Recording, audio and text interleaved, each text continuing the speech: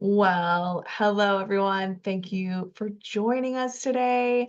I am really excited to talk to you about a topic that often flies under the radar, and a lot of people don't know that they have this issue, but it can cause significant impacts on our health. And that issue is oxalates, okay? So, we're going to do a deep dive today about oxalates, what they are, how do they affect us, what organs are involved, and all the ins and outs. So, ready? Here we go. Okay, so what are oxalates? Oxalates are naturally occurring chemical compounds found in many foods, including fruits, vegetables, nuts, seeds, and even some grains. So these compounds are also produced in small amounts by our own bodies as a byproduct of metabolism. And what I mean by this is that oxalates are often produced during the breakdown of certain amino acids and sugars. Okay, so let's take spinach, for example. As you eat spinach and it breaks down and metabolizes into your system, oxalate acids and oxalate salts are produced as the end product of that spinach breaking down. So you'll often hear people refer to oxalates as little tiny crystals or little oxalate salts. But again, they're the same thing. So, when that plant tissue is broken down, it forms those little crystals. So remember that. We're going to come back to this in just a second. So, what are the sources of oxalates? Some of the most common dietary sources of oxalates include spinach, rhubarb, beets, nuts like almonds and cashews, chocolate, and certain types of beans. Now, there are also a lot of hidden sources of oxalates that people normally wouldn't think would be high in oxalates, okay? But some of these food items include black tea, curry powder, a lot of different spices, corn, and even brown rice. Okay.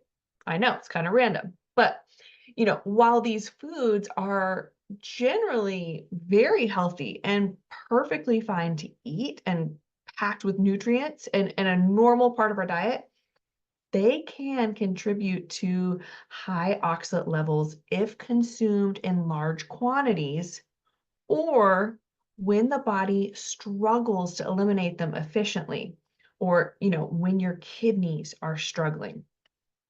Now, the reason your body wouldn't eliminate these oxalates efficiently is because oxalates normally bind to calcium during digestion in our stomach and intestines, and then leave the body through our stool. Now, there can be oxalates. Remember, they're the little salt crystal looking things that do not bind to calcium. And those little crystals, they travel around as a waste product from our blood to our kidneys, where it's supposed to leave the body through our urine. Now, however, if there are too many unbound, free floating oxalates circulating in our system, this is going to cause major problems. This can cause kidney stones. This can cause urinary discomfort. This can cause bladder burning and all sorts of very unpleasant symptoms.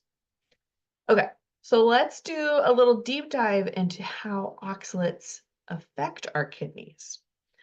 Our kidneys play a crucial role in filtering waste from our blood and maintaining our body's overall balance of fluids and electrolytes. However, when there is an excess buildup of oxalates in the body, the kidneys can become very overwhelmed, very overburdened. Okay. So oxalates tend to bind with calcium in the urine. And like I said earlier, forming those little calcium oxalate crystals. And over time, guys, these crystals start to accumulate and get bigger and bigger and bigger. And that is what forms a kidney stone. And guys, I have never experienced a kidney stone, but I hear they are absolutely awful to pass and can be very excruciating. So we want to try to avoid that at all costs. Okay, so when our kidneys are burdened, meaning they're under stress, they're not functioning optimally, or they're just having a hard time. Again, all sorts of different symptoms can happen. The kidneys are vital for filtering waste product in our body, balancing our fluids, regulating our electrolytes, and any impairment in our kidneys function, that's going to lead to some issues, okay? So let's go over some common symptoms that can arise when our kidneys are feeling burdened. First one being fatigue and weakness. So when the kidneys are not working efficiently, waste products and toxins can build up in our blood, which can cause feelings of fatigue, weakness, and just general lack of energy, just feeling kind of blah. Okay, and it can even lead to a condition called uremia. Now, uremia can be determined from simple basic blood work. And what to look for is the blood urea nitrogen marker, or as many of you have read it on your blood work, the BUN marker, BUN. A high BUN level, high BUN, means that your kidneys aren't working as great as they should be, okay? The BUN can be elevated also from dehydration or urinary tract obstruction. But normally, it just indicates a high BUN marker is just letting you know, hey, your kidneys, they need some help, okay? So another sign your kidneys may need support, swelling or edema. Now, the kidneys help regulate the balance of fluids in the body, and when they're impaired, fluid retention occurs, leading to swelling in the legs, swelling particularly in the ankles and the feet, and sometimes even the face and the hands. Another sign and symptom your kidneys are struggling, changes in urination patterns. This is very common when the kidneys are under stress. And these patterns can include frequent urination, especially at night. Okay, the kidneys may struggle to concentrate the urine. So that leads to more frequent trips to the bathroom, feeling like you got to get up and you got to go use the restroom, but not a lot's coming out. And then you just kind of do that all night long. Another one, foamy or bubbly urine. Okay, so this can be a sign of protein in the urine, indicating that kidneys are leaking protein. They shouldn't be. Another one is blood in the urine. This can look pink, this can look red, or even like a very dark brown colored urine may indicate damage to the kidneys or other part of the urinary system. Last pattern is decreased urine output. And, in more severe cases, urine production may decrease, indicating significant kidney impairment, a lot of stuff backing your kidneys up. Okay, so another indication that your kidneys are struggling, high blood pressure or hypertension. The kidneys play a role in regulating our blood pressure. When they are not functioning properly, our blood pressure can rise, potentially leading to further kidney damage and increasing the risk of cardiovascular events like heart attacks and strokes. Another sign and symptom, nausea and vomiting. So the buildup of waste products in the blood can cause some really uncomfortable digestive symptoms like nausea, vomiting, loss of appetite. Now, I will say that this is often associated with more advanced kidney dysfunction. So this one isn't as common, but it is a sign and symptom. So going to tell you a really unique one. Another sign and symptom your kidneys may need support is having a metallic taste in your mouth or bad breath, particularly breath that smells like ammonia. So accumulation of waste products in the blood that can lead to a that weird metallic taste. Some people say it tastes like they have pennies in their mouth or nickels in their mouth. So now, if you have severe kidney disease, it is very, very common to experience changes in your taste. Again, waste building up the blood makes food and drink start to taste like it's metal and leaves a really bitter aftertaste. So it's kind of a weird and unique one, but something to be looking out for. Another sign that your kidney needs some support, dry, itchy skin. When the kidneys are not able to balance minerals and nutrients in the body, it can lead to very dry, scaly, itchy skin. And this is just due to a buildup of phosphorus in the blood. Again, our kidneys aren't able to filter everything out like it should. Another one, and everyone knows this one, muscle cramps. Okay. Electrolyte imbalances, particularly low levels of calcium, and again, those high levels of phosphorus can lead to muscle cramps, particularly in the legs. And lastly, guys, a sign and symptom that your kidneys are struggling, anemia. Okay, so the kidneys produce a hormone called erythropoietin, okay? Erythropoietin stimulates the production of red blood cells. When the kidneys are impaired, this erythropoietin production decreases, leading to anemia. And this can cause symptoms, again, like fatigue, weakness, even paleness, okay? And guys, these symptoms can vary in severity depending on, the extent of the impairment that your kidneys are going through. So I don't want anyone to freak out if you have any of these symptoms, but if you do, I would suggest getting some labs done, getting some things checked out just to be on the safe side, okay?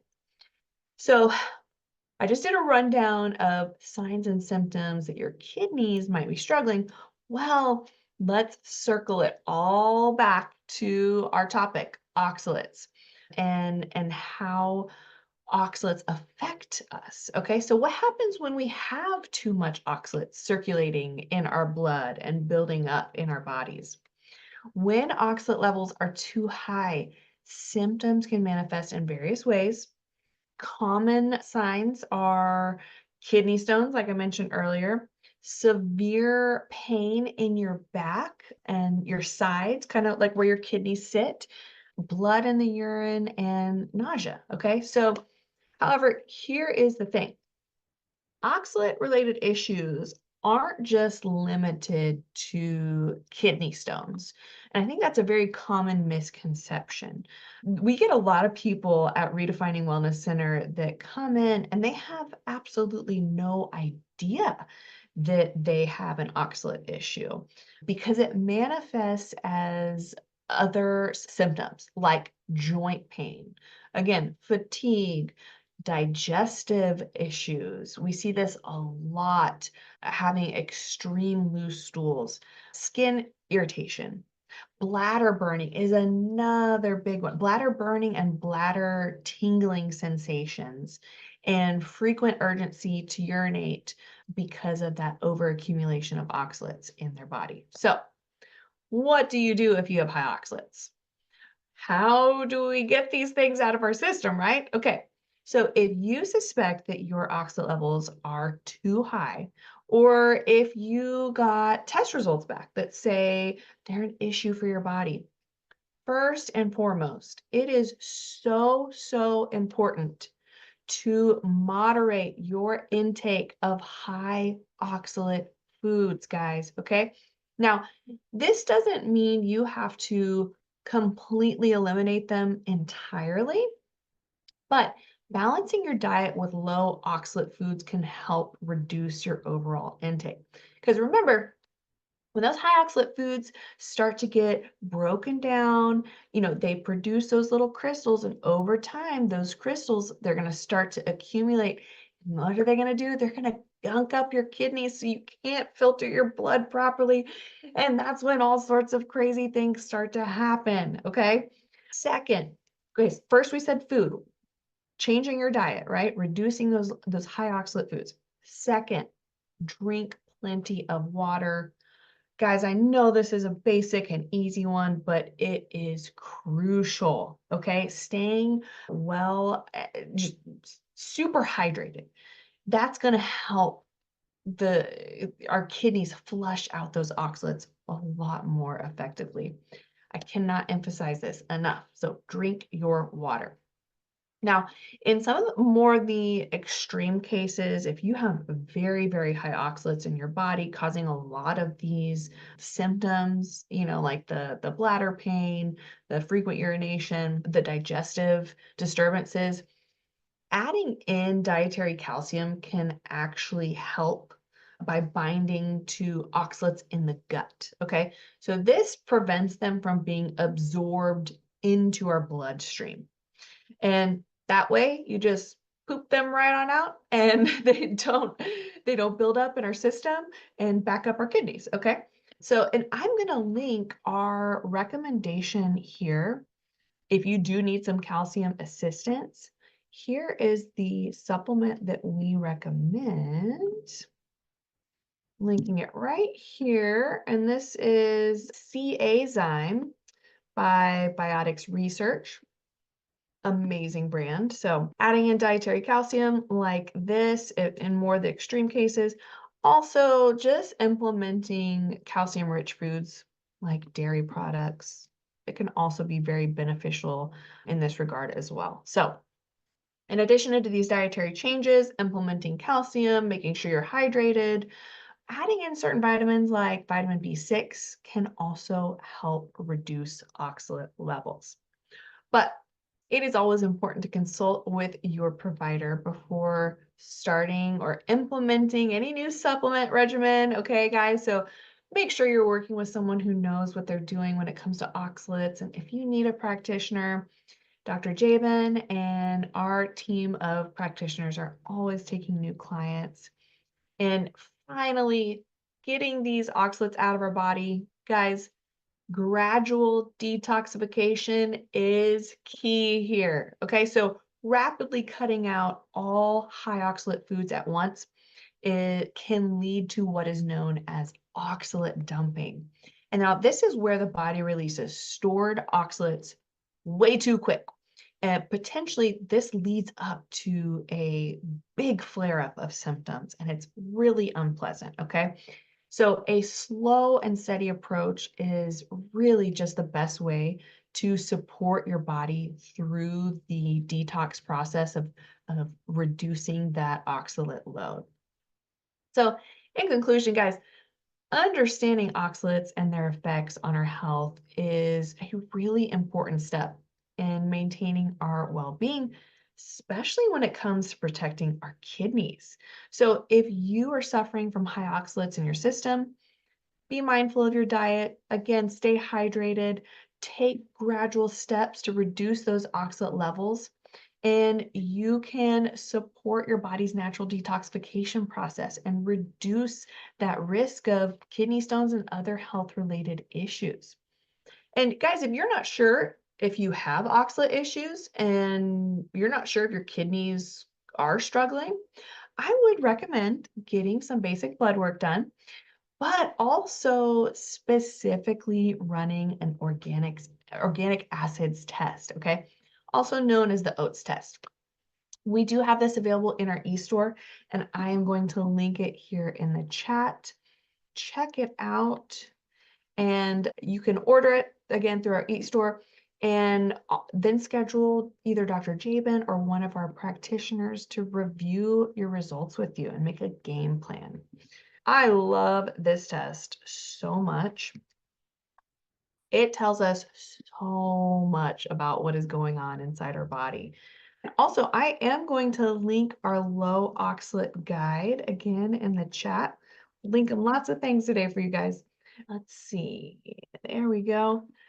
So be sure check out the guides, check out the tests, do some research. If you have any signs or symptoms that your kidneys are struggling, this could potentially be really, really beneficial for you just to get things checked out, look into it, and see if anything is going on. So, any questions about high oxalates and what they do? Paula, do you have high oxalates at all? Have you ever gotten checked? All right. Oh, you haven't had the oat test. Okay. Well, highly recommend it. It's a great, I mean, it talks about, oh my goodness, all sorts of metabolites, neurotransmitters, a really good indication of if your body is holding on to mold, if mold is colonized. So many beneficial things in the oats test. So check it out, see what you think. But guys, thank you so much for joining us today. Hopefully this was helpful. Hopefully this information gave you a little bit more of a rundown about oxalates, what they are, what they do, who should avoid them, and how to detox from them. So if you guys have any questions, please don't hesitate to reach out via Chasing Health.